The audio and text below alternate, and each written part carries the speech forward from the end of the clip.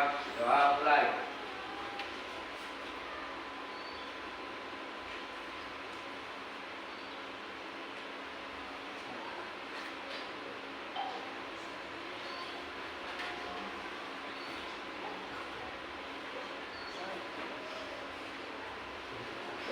Doa selesai. Terima kasih. Kita awali belajar dengan doa supaya apa yang kita dapatkan didapat limpahan berkah dari Allah Subhanahu wa Ta'ala. Sudah siap belajar? Siap. Siap. Oke, materi kita pada saat ini adalah sebaran dan karakteristik negara-negara maju dan berkembang. Oke, kalau kelas 9 dulu materi kita itu ada negara maju dan negara berkembang. Ada yang ingat pengertian negara maju?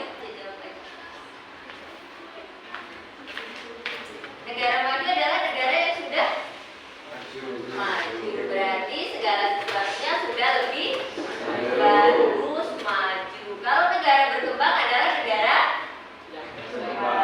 ya, dia penataannya belum bagus, kemudian taraf ekonominya, teknologinya masih menuju ke tahap untuk mengikuti yang lebih maju. Seperti itu ya. Untuk materi kita akan melihat sebaran negara maju dan negara berkembang.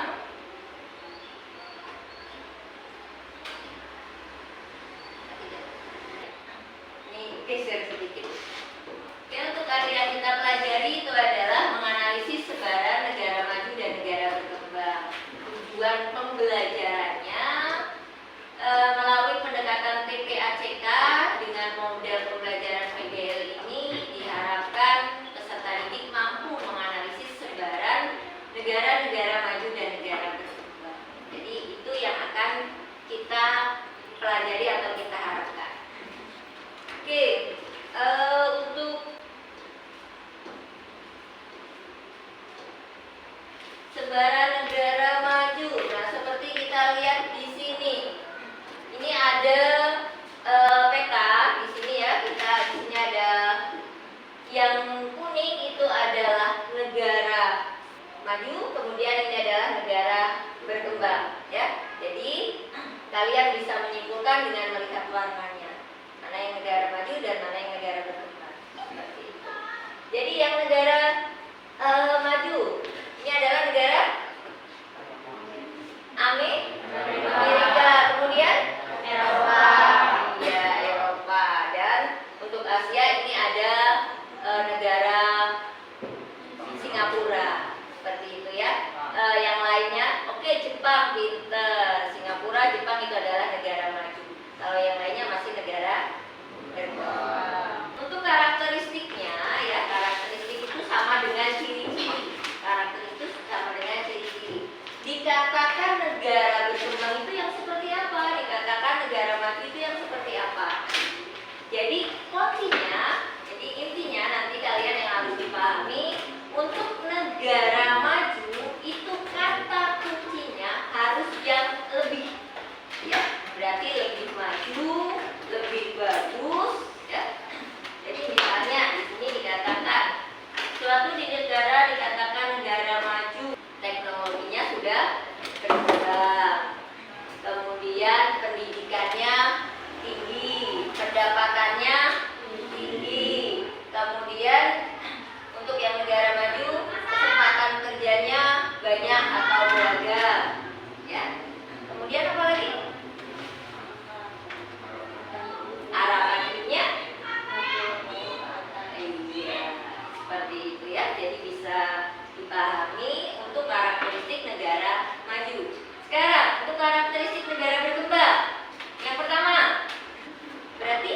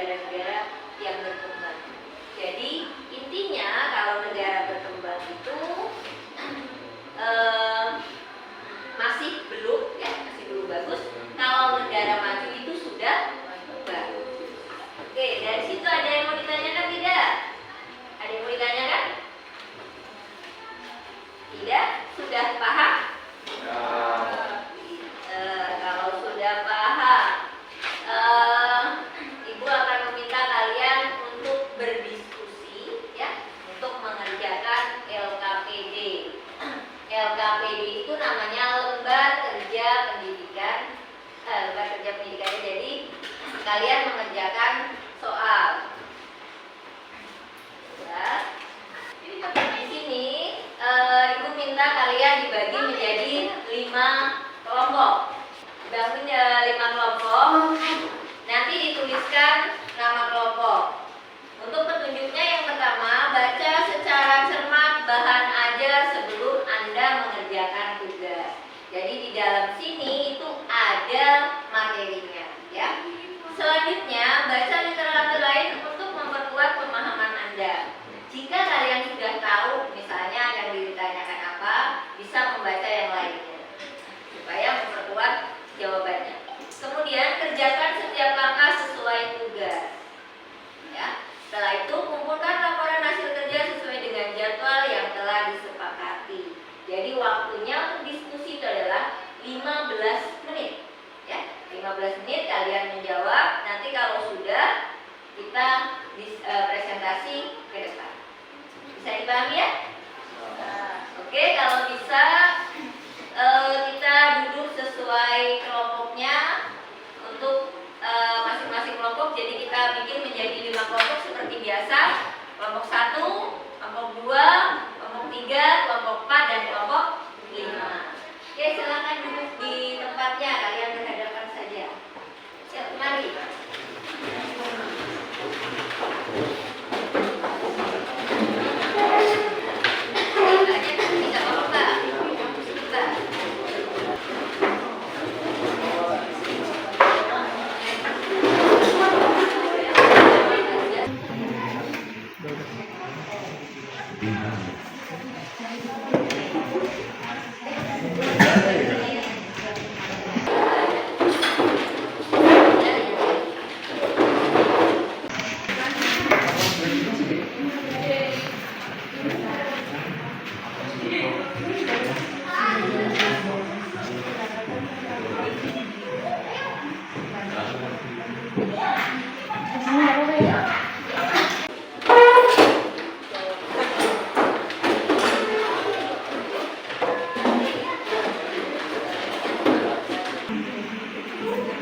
Ya, boleh buka HP-nya buat nyari di sumber yang kalian biasa pakai, boleh.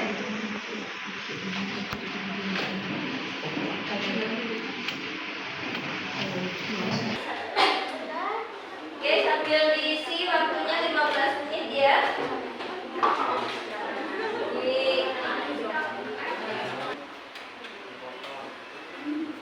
Oke, kalau udah selesai diperhatikan dulu ke depan. Teman kita mau presentasi, kalian menghadap ke depan dulu. Sambil diperhatikan, aktivitasnya dihentikan ya. Kita lihat temannya untuk presentasi ya. Oke, kelompok 1 dipersilahkan.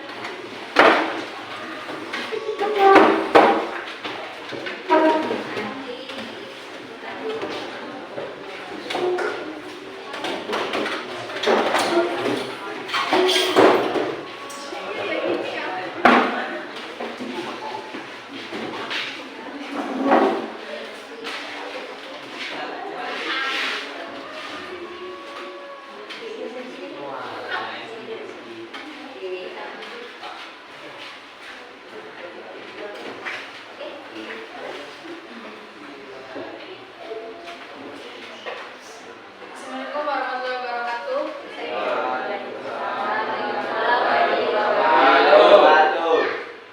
Di sini kami dari kelompok 1 yang sedikit mempresentasikan tentang karakteristik negara maju dan negara berkembang. Yang pertama yaitu negara berkembang. Pertumbuhan penduduk yang tinggi, 2 standar hidup relatif rendah, jumlah pengangguran yang tinggi, tingkat korupsi tinggi, memiliki pendapat yang lebih rendah, tingkat pendidikan yang rendah. Dan fasilitas kesehatan, kemana kerja tinggi, tingkat pendidikan yang tinggi, angka harapan.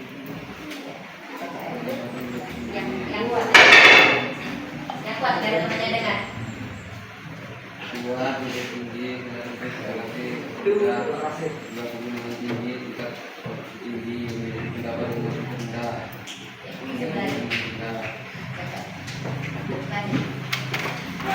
Tingkat pendidikan yang rendah, pertumbuhan penduduk rendah, pendapatan per kapita tinggi, keamanan terjamin, fasilitas kesehatan, kecepatan kerja tinggi, tingkat pendidikan.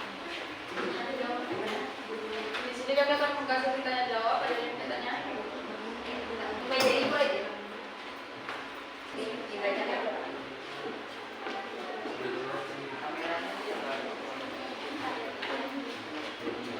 Baiklah, saya akan menjawab pertanyaan yang menyebabkan benua Afrika menjadi negara berkembang dilihat dari aspek atau faktor geografisnya adalah karena kondisi wilayahnya yang sebagian besar daratan yang sangat luas serta banyak tersebar bioma gurun yang tandus dapat menjadikan indikator penghambat pembangunan infrastruktur di negara Afrika.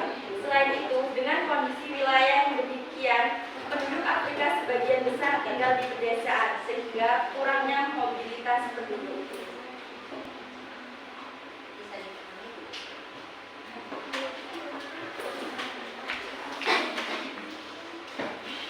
Isi menambahkan, dikarenakan wilayah daratan yang luas dan banyak tersebar bioma gurun juga mempengaruhi perbedaan bahasa yang sinkronisasi itu yang mana menyebabkan sulitnya interaksi wilayah satu dengan yang lain. Untuk menjadi negara maju, salah satunya faktornya adalah lancarnya komunikasi atau interaksi. Ada yang bertanya lagi?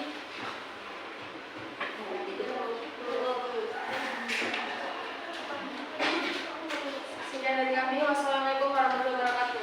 Waalaikumsalam warahmatullahi wabarakatuh. Oke, dilanjutkan untuk kelompok 2 nanti baru kita ambil kesimpulan ya. Ya, kelompok 2.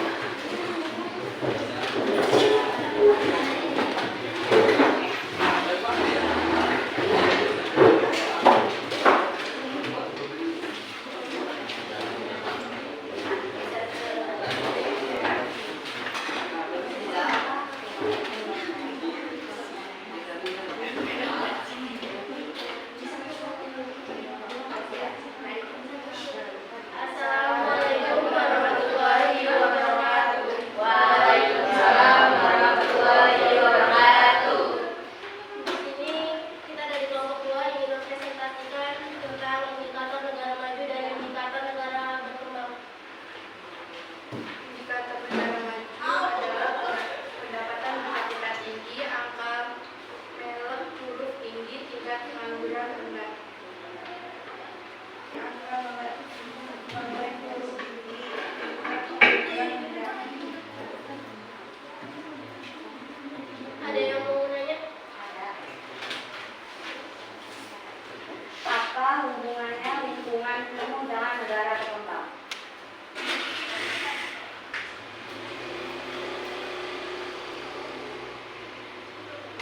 Perluasan kawasan. Dulu ikut tapi itu aja.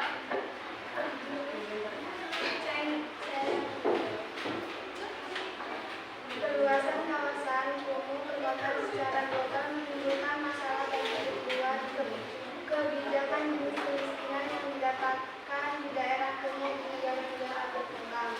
Merupakan karakteristik dari jenis kemiskinan yang dijelaskan dalam literatur dalam perangkat kemiskinan. Ambang batas sumber daya manusia, pelambanan investasi dapat menghalangi penghuni kawasan kumuh untuk memanfaatkan peluang ekonomi yang ditawarkan oleh kedekatan geografis dengan kota.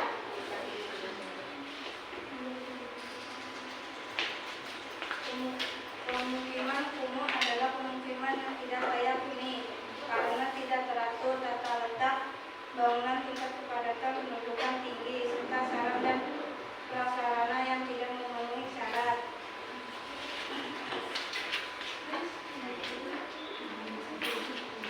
Hal itu disebabkan karena terdapat kapitanya rendah sehingga penduduknya tidak bisa membuat pemukiman yang layak huni. Sedangkan faktor utama negara maju adalah pendapatan per kapita yang tinggi. Sekian presentasi dari kami. Assalamualaikum warahmatullahi wabarakatuh. Waalaikumsalam warahmatullahi wabarakatuh.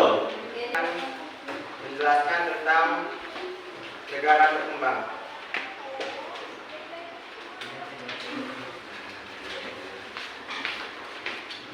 Negara berkembang, pertanian masih menggunakan cara yang tradisional.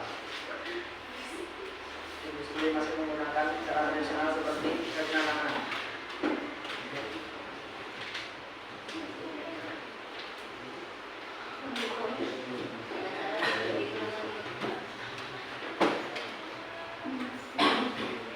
Sebagian besar pemukiman masih kumuh. Industri masih menggunakan cara tradisional seperti kerajinan tangan.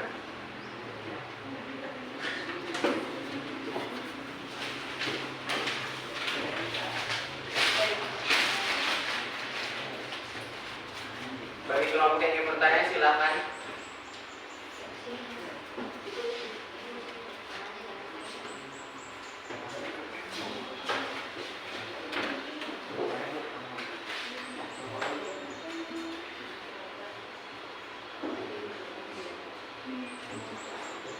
Saya ingin bertanya, apakah ada contoh negara yang berasal dari negara berkembang menjadi negara maju? Baik, saya akan menjawab dari pertanyaan dari kelompok 1. Ada negara Jepang dan Korea Selatan. Mereka walaupun di pelosok sekalipun fasilitasnya terjamin, terhubung dengan jembatan dan fasilitas yang memadai, sarana dan prasarana lengkap.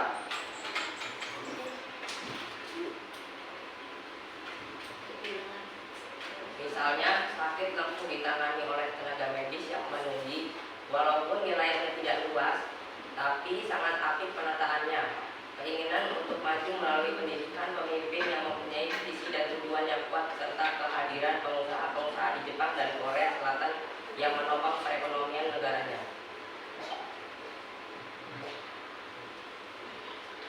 Pendidikan merupakan konsekuensi di Korea Selatan dan pertumbuhan ekonomi dari sumber daya manusia yang didampingi dengan investasi terhadap penelitian dan pengembangan serta pemanfaatan sistem digital.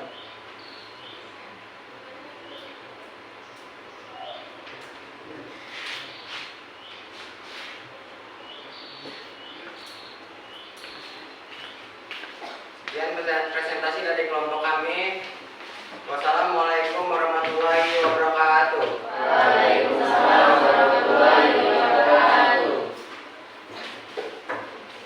Oke, silakan. Jadi kalian semua sudah tampil ya, sudah berdiskusi semua.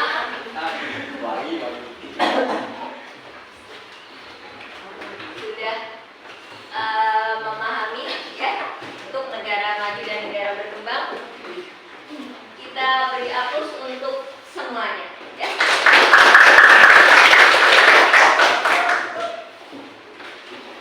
Sebelum kita ke latihan, Ibu akan memberi sedikit refleksi atau memberi penguatan sedikit ya.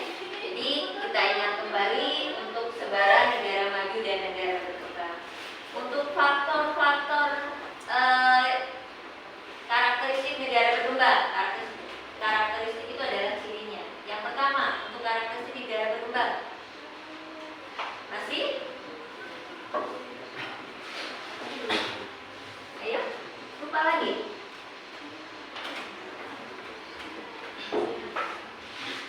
Untuk karakteristik negara berkembang, pendapatan. Ya, kemudian yang kedua. Yang kedua adalah jumlah penduduknya tinggi. Yang ketiga, tingkat kemiskinannya tinggi. Keempat, kesempatan kerja. Jadi itu adalah untuk karakteristik negara maju dan negara berkembang. Ada yang ingin ditanyakan? Tidak.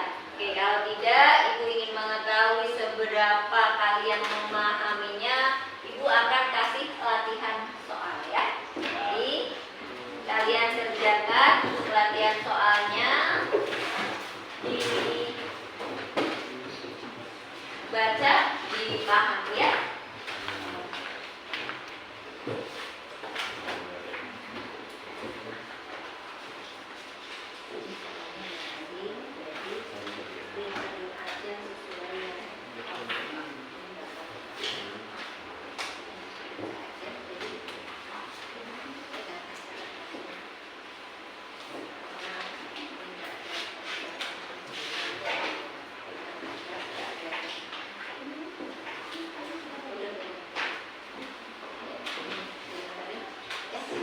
jawaban yang betul dicari ya.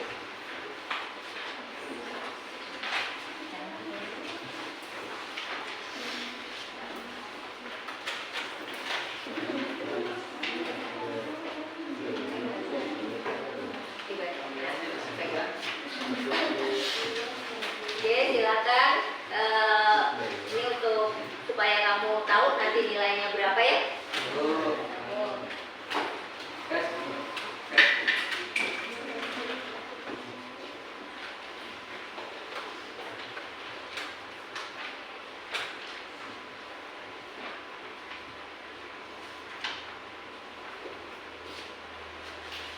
Oke, selesai. Dikumpulkan.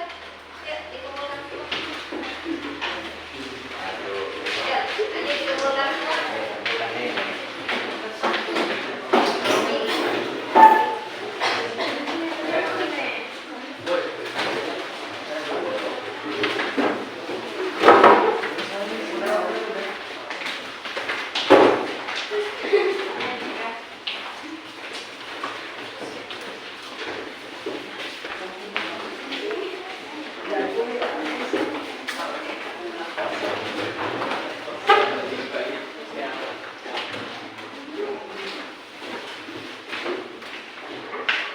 Oke, 11 alhamdulillah anak hebat semua. Jadi untuk mengulas kembali untuk ininya, Ibu akan pertegas kembali untuk karakteristik negara maju dan berkembang. Intinya yang pertama untuk negara berkembang itu adalah segala sesuatunya masih belum maju ya, belum bagus, masih menuju ke taraf negara maju. Sedangkan kalau sudah maju teknologinya, kemudian pendapatannya, pendidikannya semuanya sudah tinggi. Gitu ya. Nah, untuk pertemuan minggu besok kita akan melanjutkan materi kita tentang kerjasama negara maju dan negara berkembang. Jadi sedikit Ibu memberi gambaran untuk kerjasamanya itu nanti ada 3, kerjasama bilateral, multilateral, dan regional. Itu untuk pertemuan besok, ya. Oke, sampai di sini ada yang